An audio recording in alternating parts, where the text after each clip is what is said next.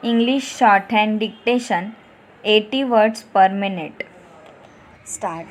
Ladies and gentlemen, para.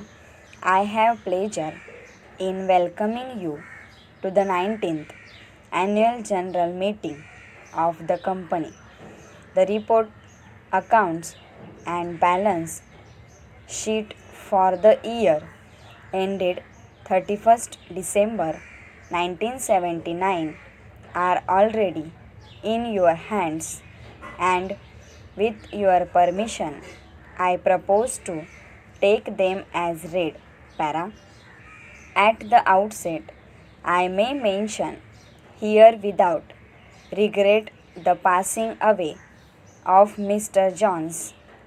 He was a director of our company for about 6 years, during which period he rendered outstanding service to the company, and throughout the period he had taken exceptional interest in the progress of the company.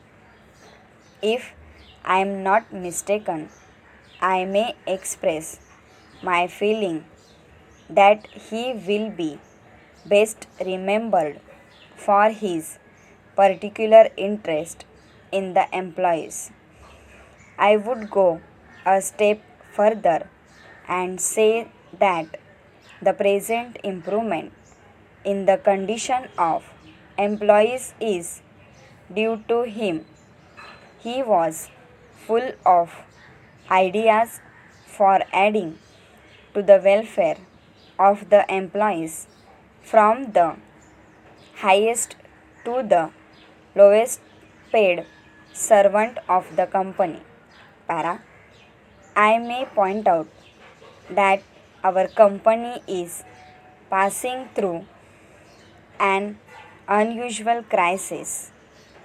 During the year, the average monthly index number of industrial production rose only by 3.1% as compared to the figure obtaining in 1978. As regards the present industrial position, I may state that as a result of the recession, there is growing unemployment and distress in a large number of industries. Agriculture contributes about 50% of our national income, supplies essential raw material for industry, and creates demand for its products. To keep costs under control, we are naturally making every effort to minimize, as far as possible, the effect of such increase. Apart from the general cost control measures, we are also taking some important long range steps. Para.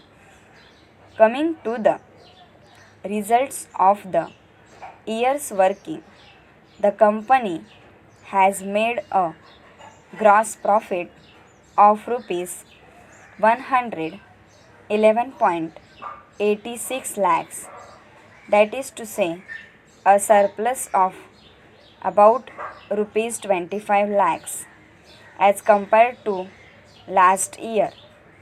This surplus is earmarked for doubtful debts, taxation reserve, general reserve, and dividend reserve.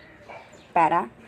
In closing, I should like, as usual, to express on your behalf and your director our grateful thanks to the management and staff for their faithfulness and sincere work.